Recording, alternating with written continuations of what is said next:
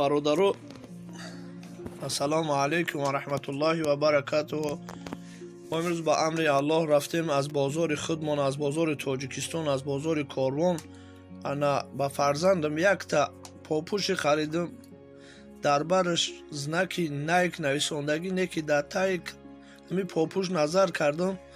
بدبختا من در تای همین کراسوفکی نام الله نویسنده است. از این جمله از مردم احترامانه خواهش میکنم نسبت همین پاپوشو بسیار احتیاط باشن.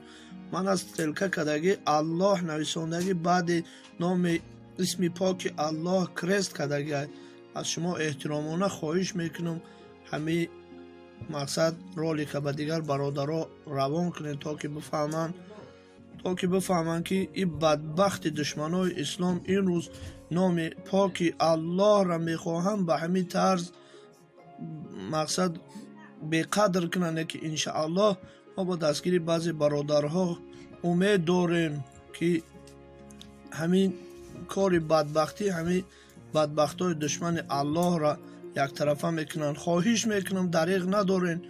این رولی که به هر یک برادر دوست است خواه بیگانه است خواه مقصد کسی که نباشه روان کنین تا که مقصد حفظ کنیم همین نام پاک الله را تا که از بازارهای ما همین چیزها گم شوند. از شما احترامانه باز هم خواهش میکنم که همین را به دیگران روان کنین و در پیش الله قدر منزلتون را بلند کنین تا که اسم پاک الله را نتونن بدبختا اینقدر پایمال کنن. خواهش میکنم از برای الله از شما روان کنین، دریغ ندارین. الله به شما برکت